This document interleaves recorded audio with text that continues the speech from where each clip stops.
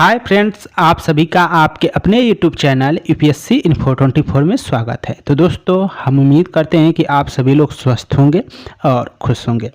Friends, ये जो video है पीजीटी हिस्ट्री का प्रैक्टिस सेट 126 है। तो अगर आप TGT, PGT, LT grade, GIC और असिस्टेंट प्रोफेसर की तैयारी कर रहे हैं हिस्ट्री सब्जेक्ट से, तो ये वीडियो आपके लिए है।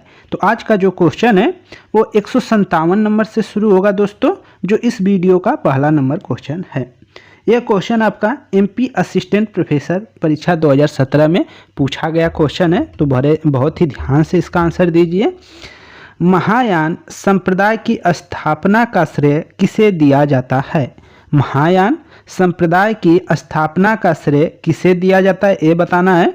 अशोक को, नागार्जुन को, आनंद को, बुद्ध को। तो 157 का जो आंसर हो जाएगा वो बी सही हो जाएगा दोस्तों।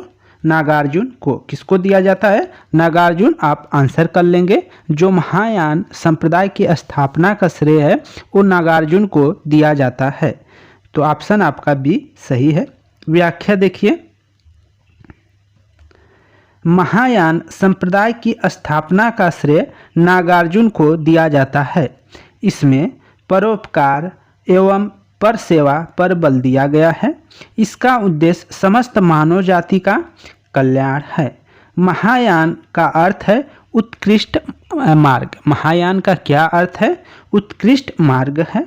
नागार्जुन शून्यवाद के प्रवर्तक थे। जो नागार्जुन थे वो शून्यवाद के प्रवर्तक थे तथा माध्यमिक मत के प्रख्यात बौद्ध आचार्य थे। माध्यमिक जो मत है, माध्यमिक मत के प्रख्यात बौद्ध आचार्य भी थे।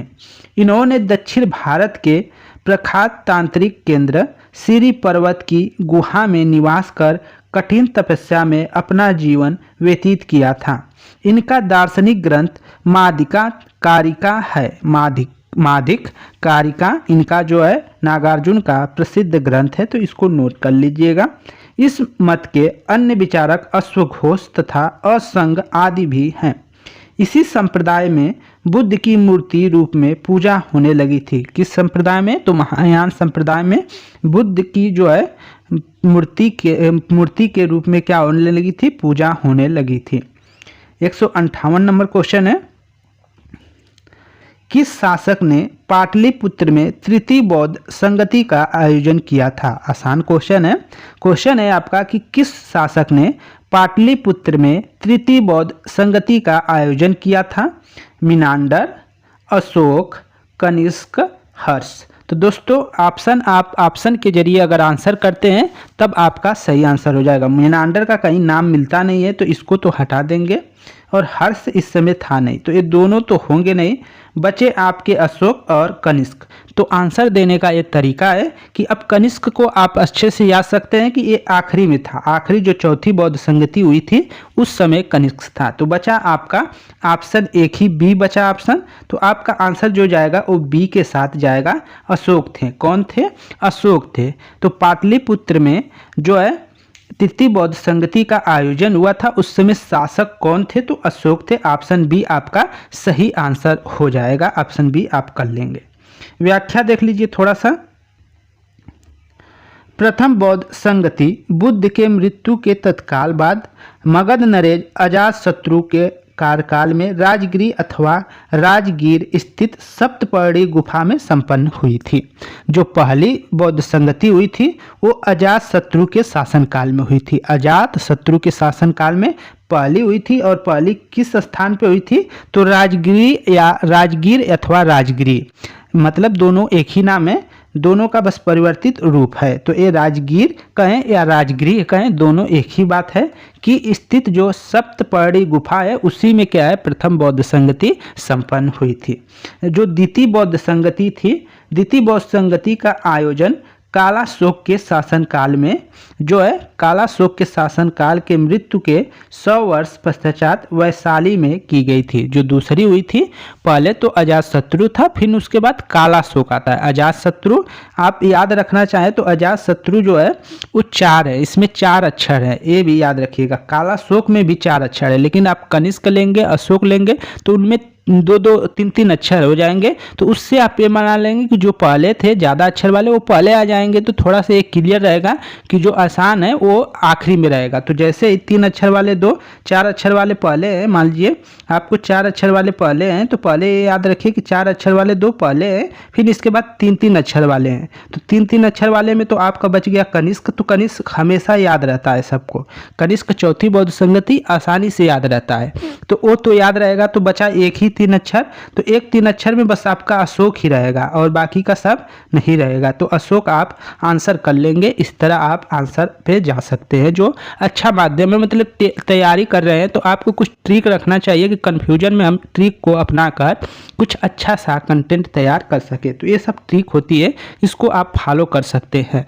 जैसे अशोक हो गया, काला शोक हो गया, तो काला शोक पहले आ रहा है, कोई काला पहले आ रहा है तब अशोक आ रहा है, तो वही है काला शोक फिर अशोक, ये याद रखेंगे तो आप कर सकते हैं। और जैसे या चाहे ऐसे बना सकते हैं आप, आ गया फिर काला शोक आ गया, फिर इसके बाद अशोक आ गया, फिर कनिष्क आ गया। ठीक है, तो आप देखेंगे कि अ 2 बार आ रहा है, तो अ के बीच में आ रहा है। ठीक है, कनिष्क है तो क आ रहा है फिर का आ रहा है, तो ये है आपको याद रखने का ट्रिक कि पहले है, तो से जिसका नाम शुरू होगा तो अजातशत्रु हो गया, तो अजातशत्रु पहला हो गया, तो बचा आपका जो है दूसरा ही नाम आएगा। तो इस तरह है कि पहले क, तो इस तरह आप याद कर सकते हैं। ये सब ट्रिक होती है, किसी तरह बैठा लीजिए जो आपको अच्छा लगे।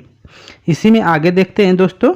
तो द्वितीय बौद्ध संगति का हमने देखा था कि द्वितीय बौद्ध संगति का आयोजन काला शोक के क्या हुआ था, शासन काल में बौद्ध की मृत्यु के 100 वर्ष के पश्चात हुआ था, और वो कहाँ हुआ था, वैशाली में हुआ था। वहीं तृतीय बौद्ध संगति मौर्य सम्राट अशोक के शासन काल में पाटलिपुत्र में हुई थी। तो तृतीय जो बौद्ध संगति हुई थी वो पाटलिपुत्र में हुई थी। किसके शासनकाल में हुई थी, तो अशोक के शासनकाल में हुई थी।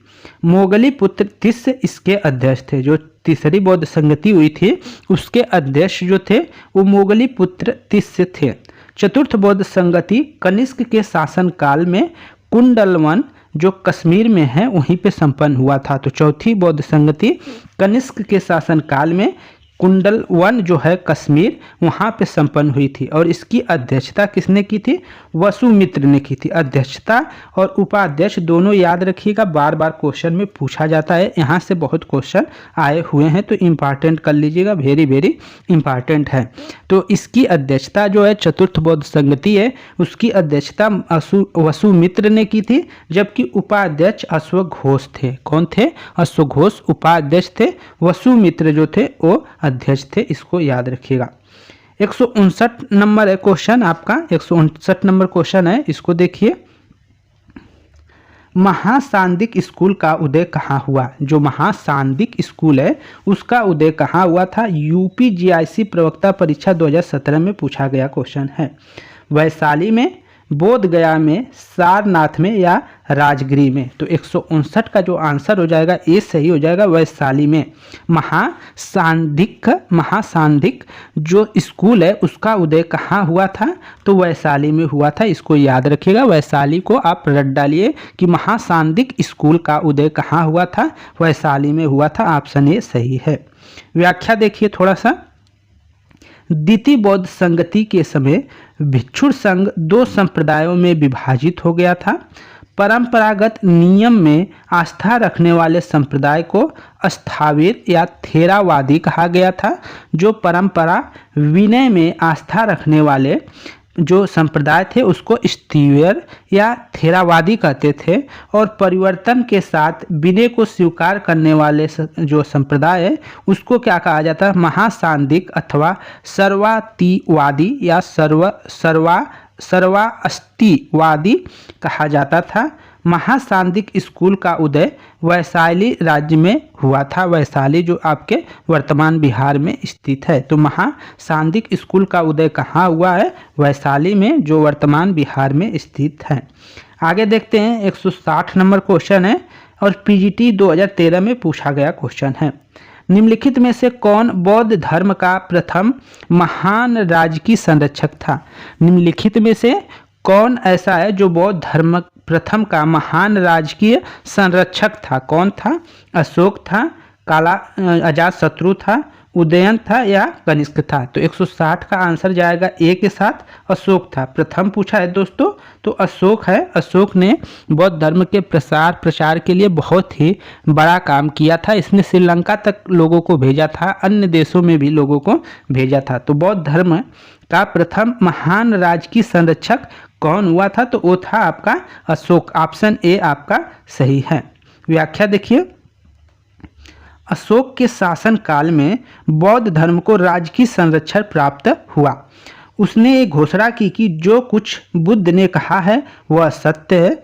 अशोक ने इस धर्म के प्रचार में अपने साम्राज्य की सारी शक्तियाँ एवं साधनों को नियोजित कर दिया, अर्थात लगा दिया। उसके अथक परिश्रम के फलस्वरूप यह धर्म भारतीय सीमाओं का अतिक्रमण कर पश्चिम एशिया तथा श्रीलंका तक फैल गया। अशोक के ही समय पाटलिपुत्र में तृतीय बौद्ध संगति हुई थी, जिसकी समाप्ति पर विभिन्न दिशाओं में प्रचारक मंडल भेजे गए थे।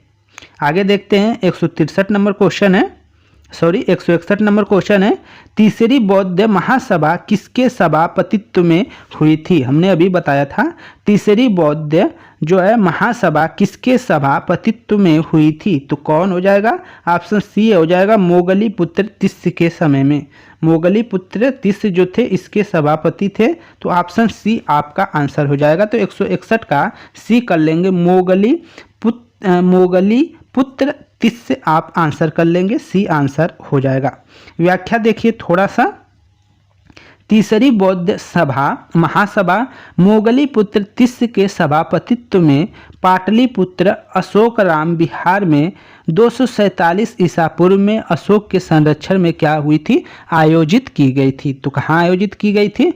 पाटलिपुत्र के जो अशोकाराम बिहार है उसी में आयोजित किया गया था।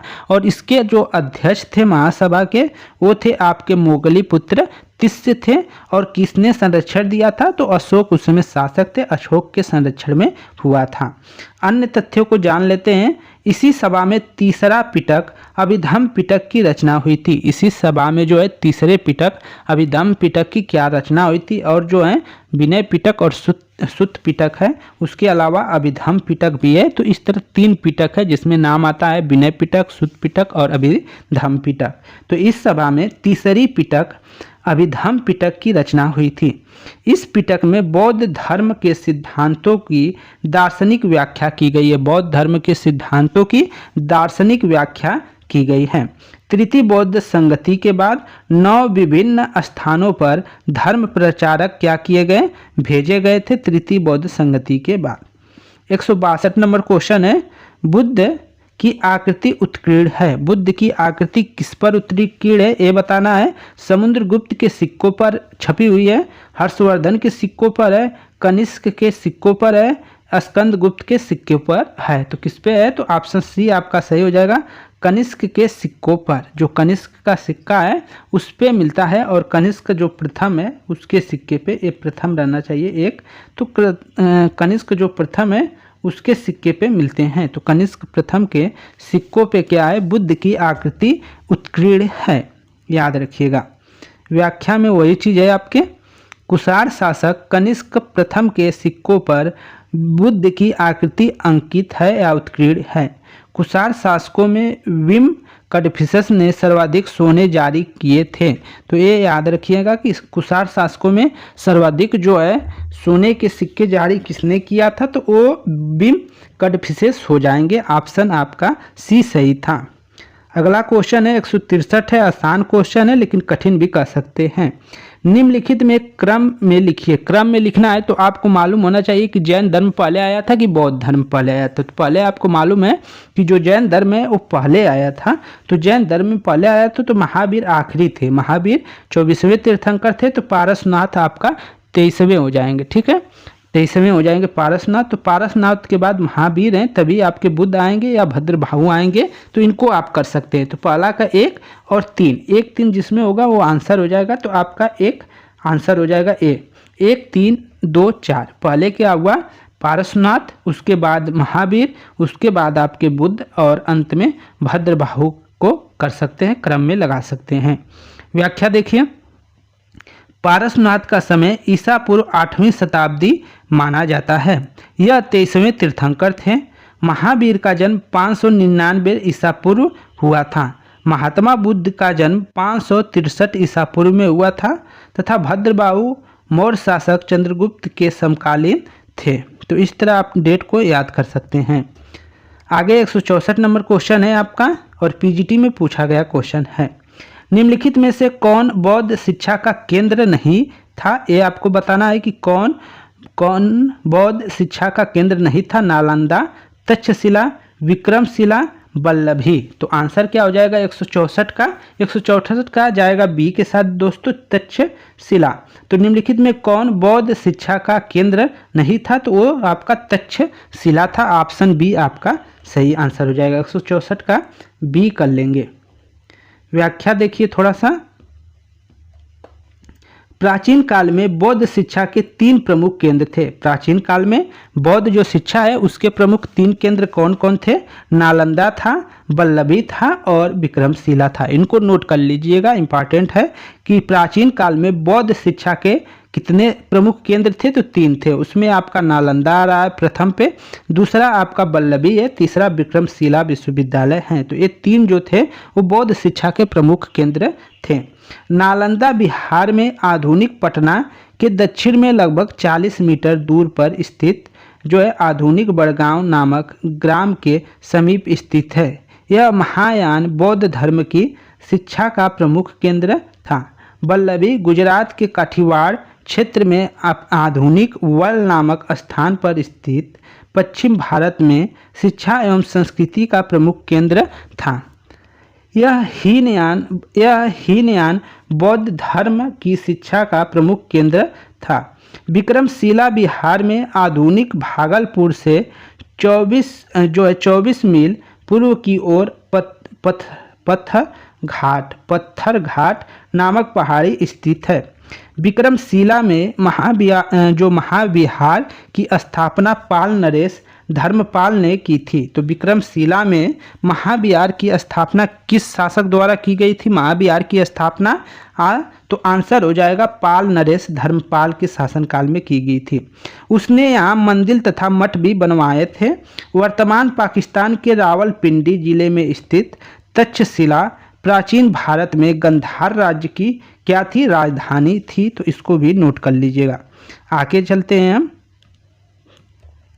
इसकी इतिहास में प्रसिद्ध कारण उसका ख्याति प्राप्त शिक्षा केंद्र था।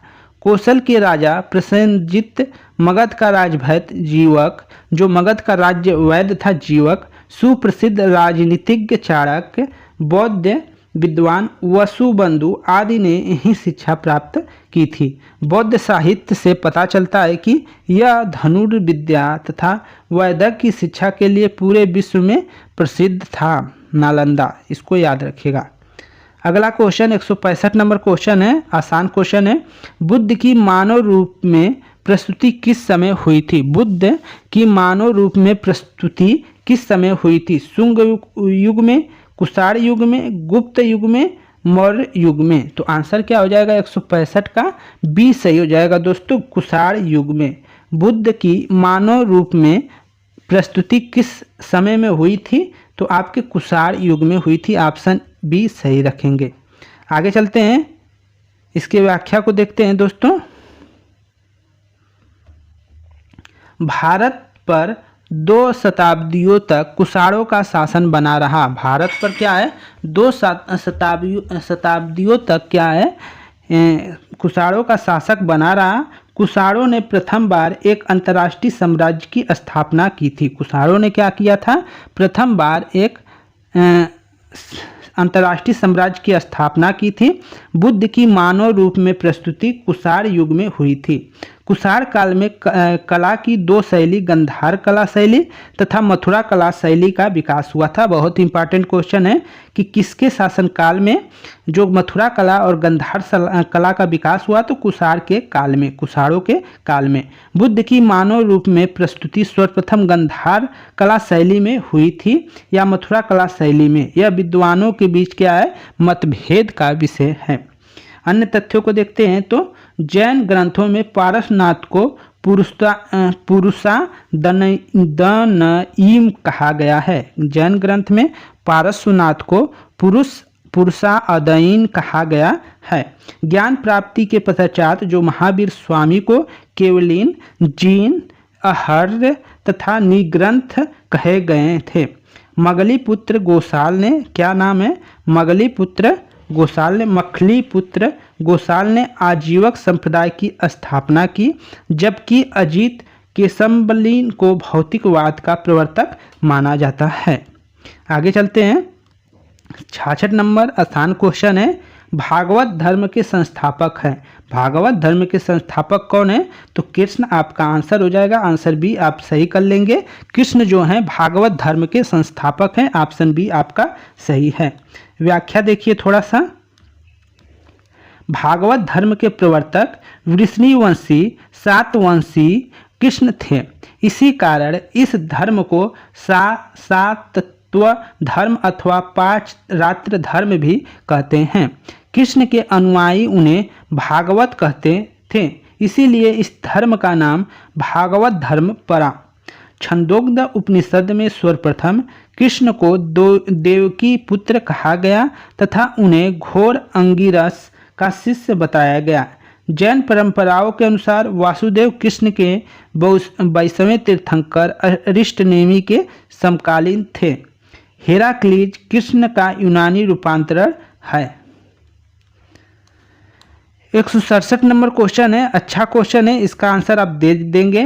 शैव धर्म के शिव और शक्ति के सम्मिलित रूप अर्धनारीश्वर की संकल्पना किस युग में हुई थी? तो ये किस युग में हुई थी? गुप्त युग, राजपूत युग, चोल युग या सातवाहन? तो आंसर आपका ये सही हो जाएगा, गुप्त युग में। तो शैव और धर्म के शिव और शक्ति के सम्मिलित रूप जिसको अर्धनारीश्वर की संकल्पना किस युग में हुई थी? तो गुप्त युग में हुई थी। ऑप्शन ए आप ध्यान दीजिएगा। अगला इसका व्याख्या देख लेते हैं कि गुप्त काल में शैव धर्म अत्यंत उन्नत अवस्था में था। इसी काल में शिव एवं शक्ति के सम्मिलित स्वरूप अर्धनारीश्वर की संकल्पना क्या है की गई थी। पशुपत संप्रदाय शैव धर्म का सबसे प्राचीन संप्रदाय है। पशुपत जो संप्रदाय है शैव धर्म का सबसे प्राचीन सभ्यता है, ऐसा मानना है। कालामुख संप्रदाय को शिव के जो शिव हैं शिव पुराण में महाव्रतधर कहा गया है। तो कालामुख संप्रदाय को शिव पुराण में महाव्रतधर कहा गया है, ये भी नोट कर लीजिएगा। आगे देखते हैं 168 नंबर। विष्णु और शिव के संयुक्त विग्रह की संज्ञा क्या है? हरिहर, महेश्वर, अर्धनारीश्वर, विष्णु लोकेश्वर। तो आंसर क्या हो जाएगा 168 का? 168 का ए के साथ जाएगा हरिहर।